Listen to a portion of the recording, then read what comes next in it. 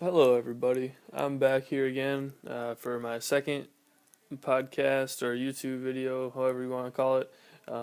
Still not sure exactly how to get the whole podcast thing on iTunes figured out, but once I do, I will get all of these talks up on there. But this second one, coming off of my last video talking about entitlement, this one is going to be a little different. Um, Kind of playing off that idea though, still with the competition and different things like that. But this one is going to be how failure is an option, and I'm sure people have read books and different things about failure and how you can learn from it and all that. And I do definitely agree with all of those viewpoints, and I just wanted to kind of shed some light on failure with some personal experiences and just kind of how I've grown from them, and hopefully you can kind of take away from that and maybe apply that to some current situations that you might be in. So uh, again, failure is an option, and I want to go back to something that I've already kind of talked about within my blogs already with my basketball playing days. Um, so going back, I love basketball growing up, and always enjoyed playing. I started in sixth grade, and I was on the B team, which is the worst of the two, A and B. And seventh grade, I got moved up to the A team for both our traveling season and the regular school season. So from there on out, I played on the A team for seventh, eighth, and ninth grade. Moving into high school, then when you get to be a sophomore, you have the opportunity to kind of either split to be on the varsity team or continue maybe playing JV, kind of get you ready for varsity. Um, my sophomore year, I played on the varsity or on the junior varsity team. We had a very good team on the varsity level those 2 years. We were one game away from state both years, which was kind of fun to be a part of. That would have been my sophomore and junior year. So that was exciting to kind of be a part of that. But relating that to where the whole failure thing comes in, I alluded to the fact that I was on the JV team and never actually made it off of the JV team. Um, kind of making a long story short, looking from my sophomore year to your junior year, that's usually the time where you make that jump to the varsity team. Um, as kind of you develop, and for the most part, then you would spend your last 2 years of high school on the varsity team. Maybe not playing a huge role, but just at some capacity, you're on the team and helping out. But I never made it that far. So kind of my experience with that basically comes down to a little chat that I had with one of our coaches, and like I said, I already kind of talked about this in a previous blog, but it's so important to me that I feel like it needs to be kind of talked about again. So um, that talk really defined, for one, the rest of that basketball season. So that would have been in my junior year. So it definitely defined the rest of that season. It also defined kind of where I was going to go with my life, which a lot of people probably have some moments where if you look back, you kind of think, yeah, that really made a pretty big impact on me, which at the time I didn't think this would. Um, that 2.5 minute conversation or 3 minutes, whatever it ended up being, that really made a huge difference in where I'm at today.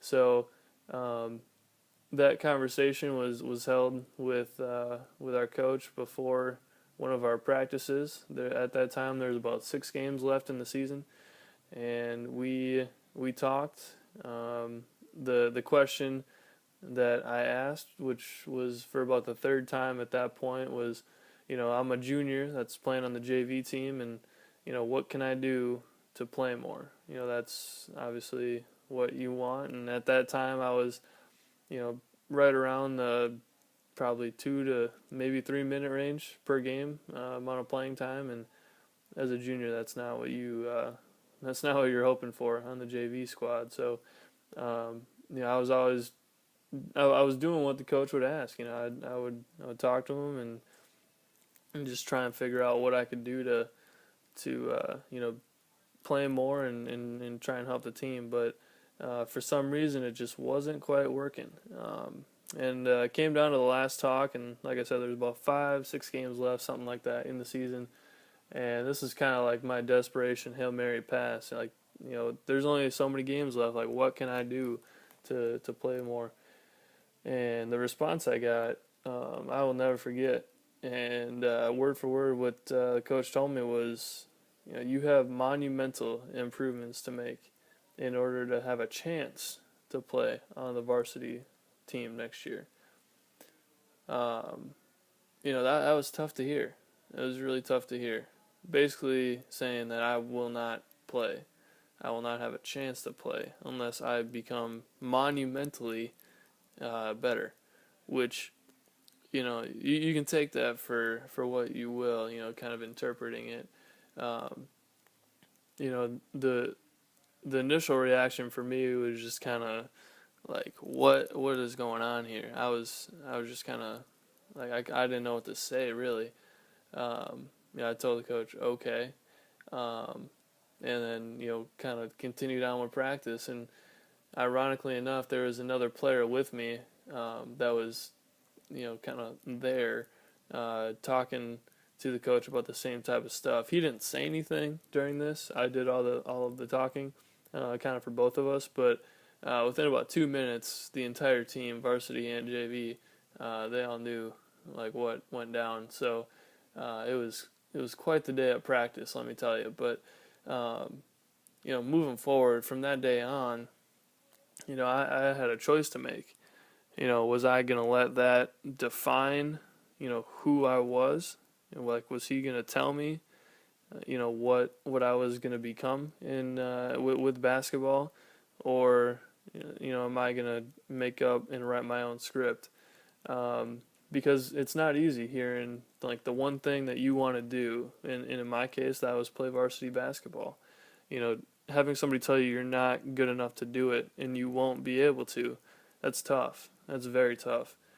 Think about the one thing that you, right now, listening, like, what is the one thing that you really want to do? Like, one thing that you're just so passionate about that you can't, like, that's what you're driving for. And then have somebody tell you you won't be able to do it. No, you can't. You're not good enough. It's not easy to deal with. So my approach was just to have fun, because I knew that I wasn't gonna achieve my end goal, and that's the failure of it. I wasn't gonna be able to reach where I wanted to go, and it's at that point I could have easily just given up on the season. I could have just sat at the end of the bench and pouted or kind of gave up on myself or whatever. I could have quit the team right then and there too. I didn't do any of those things. I chose to kind of be that bench leader for the JV team. As much as that may not sound like a lot, it really was for that season. And the reason being was because I wasn't the only person that was going through this type of situation with the team that year. If I remember right, at the end of the season, there was I want to say 12 players. It was definitely over 10 players that did not go out for the team the following year, that were either on the JV team or the varsity team. So you're talking about an entire team worth of players that did not go out for the following season. So to give you an idea of just kind of how bad the entire thing was for everybody, that's where we were at. But not everybody was as vocal or as, I guess, passionate about our situation as I was, and I was totally fine with being that person, because I knew that it was a very important issue to a lot of people, And, if somebody was going to step up and make it, an effort and kind of show people like what we were going through, it was going to be me. So that was my role. That was the idea and the thought process behind it going through the rest of the season. Me and just about everybody else on the JV team, we were a good number of that, 12 or so that ended up not going out for the next season. And we finished that year out, and we had some fun. We did enjoy it, not because the coach was making it any better for us, but I took it upon myself to make sure that we were having a good time. And maybe we weren't necessarily getting better at basketball, but at that point, that wasn't the most important thing. We were just trying to survive the year and do it in a fun way. Um, you know, I guess season-wise, that's probably the best way to talk about it. And then looking to the end of the season, then once the year was over, the varsity team ended up losing in the game right before state again, and it's kind of funny to think back to it now, because usually what teams do is they have their end of the season exit interviews, and with all their players, they sit down with the coach, and you kind of talk about the season, where you started, where you came from, all that good stuff, and looking forward to the following season, how you expect things are going to go, what are you going to do in the off season, all that kind of stuff. Um, Obviously, the varsity players were invited to this exit interview. A handful, including myself, were not invited to these. So, that kind of tells you something right there too.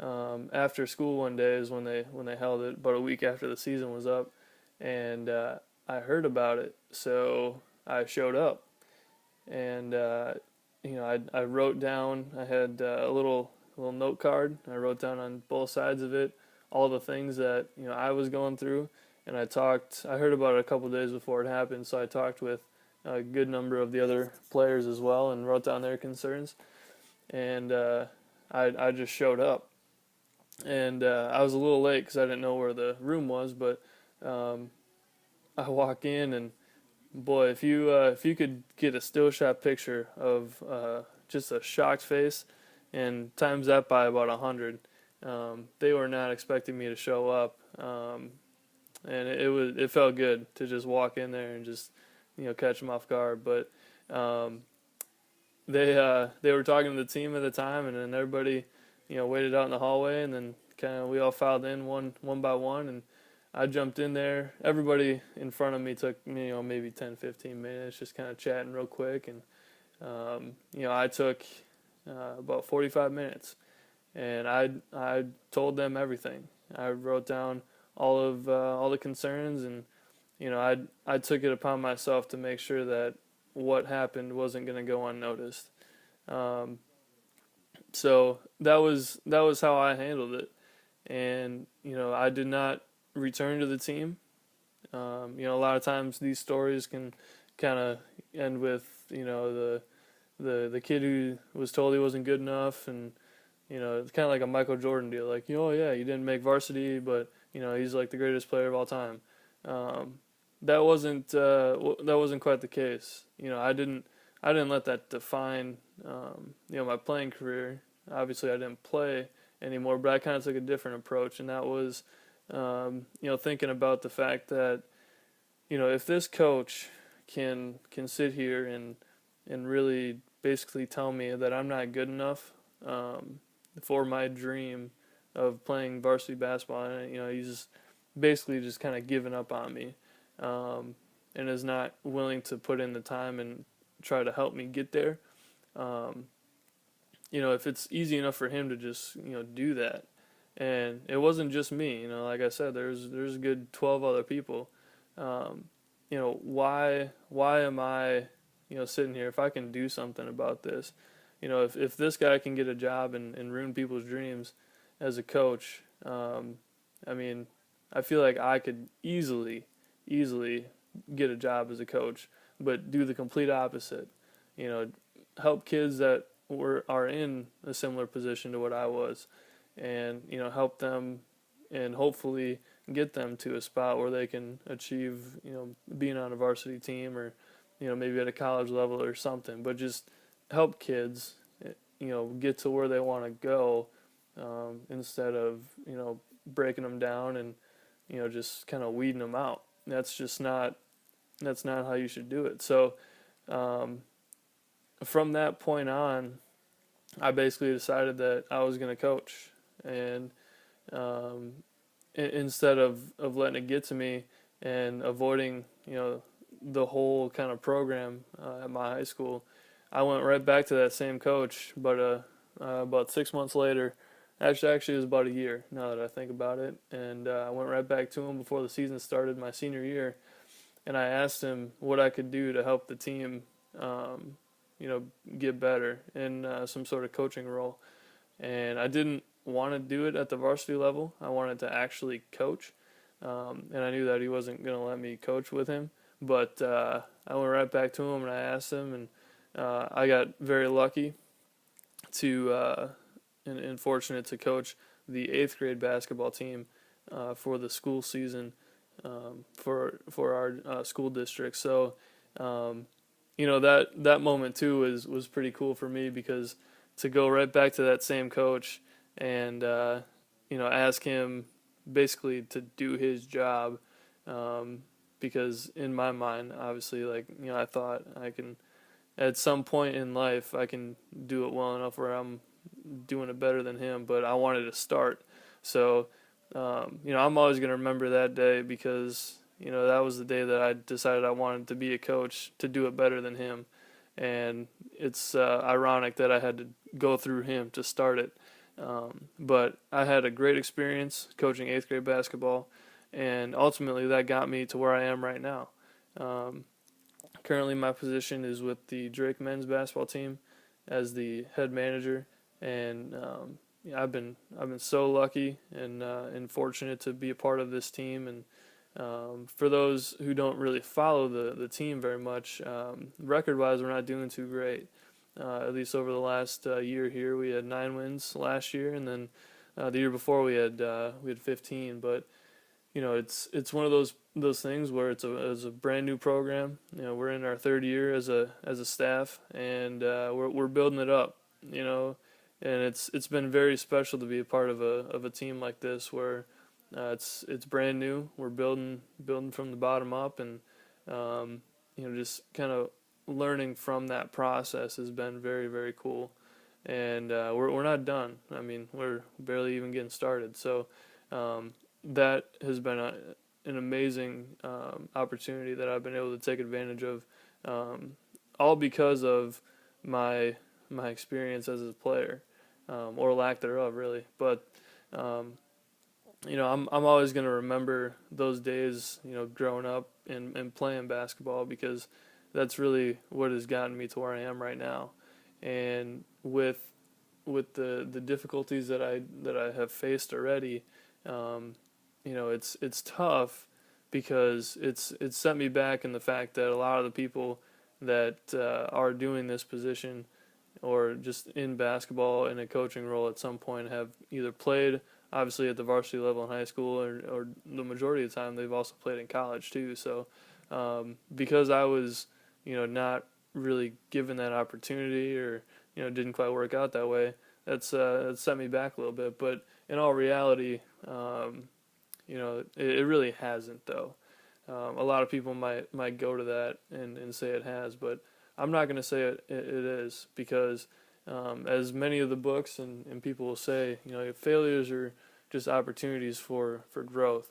And I agree with that 100%, because my biggest failure, looking back on it, is, I guess, biggest failure in my professional growth, and just, I guess, life in general, is that basketball one.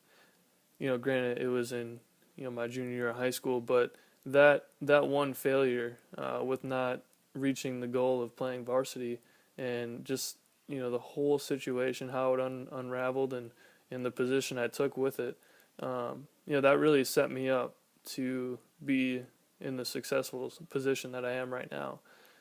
It opened my eyes to the fact that I can do, you know, I can do the coaching thing. I'm just as good as he is. The one that told me I wasn't good enough. Well, I'm telling everybody right now that at my young age, I feel like I'm there, not necessarily to be a head coach of a team, but I'm there in the fact that I've learned and I've grown so much from that one experience that if I had to, I feel like I could do a very good job. Um, so kind of taking all of that into perspective, it's not necessarily the things that happen to you. It's just more so how you bounce back from it, how you react to things. The greatest people and the most successful ones are the ones that can adapt and can react to situations and be professional and do it in a high character way. And it's not very common nowadays, which is kind of sad. You see a lot of people cracking under pressure and doing things that they necessarily wouldn't do. There's there's just tough times, and when you're looking at it, it is tough overall when you don't get a job that you want, or girlfriend breaks up with you, or relationships don't work out. There's a lot of different ways to look at it. You want to talk relationships. I've had a number of them that haven't worked out either. So this applies on more than one level. But every time that something negative or whatever happens, it's always an opportunity for you to look at it and grow from it. Don't let one incident or thing define who you are, and let you get down on yourself. It's just keeping that right mind and letting that failure become an opportunity for growth. And if you have that mindset, I think it's going to take you places. There's no doubt. And right now, I think I guess with me personally, with this, looking back all the way to as a junior in high school, going through that one situation, it definitely has shaped me into who I am right now, because of just that one simple decision to make it the best I could and have that positive mindset moving through the rest of that season, and then ultimately deciding from that I wanted to be a coach, and that's got me to where I am right now with a Division I program, and it's a pretty cool feeling. So take that, really think about it. Look back on the different events in your life and kind of how each one has shaped the way that the events, after that have kind of, evolved into what, you are today. And that's overall going to kind of change your mindset on things too. And, maybe look back and, you probably could have, done something a little different, but, at the end of the day, everything kind of happens for a reason too. So, I think that me not being able to play, that definitely happened for a reason, because now it's allowed me to be what I am right now. Maybe if I would have played in, high school, I probably wouldn't have found this passion for coaching and wouldn't be in this spot right now. I might be going to school at an entirely different school, probably closer to home, somewhere in Wisconsin, or there's just so many what ifs. But at the end of the day, you just got to be thankful for what you have, and really understand that nothing's gonna get you down. It's always nothing. It's not easy either, but you can't let a single incident or event really define who you are. Especially in a failure sense. Failure is definitely an option, but use it to your advantage. Definitely use it to your advantage. Use it for growth and moving forward. So, with that, I'm gonna end this one.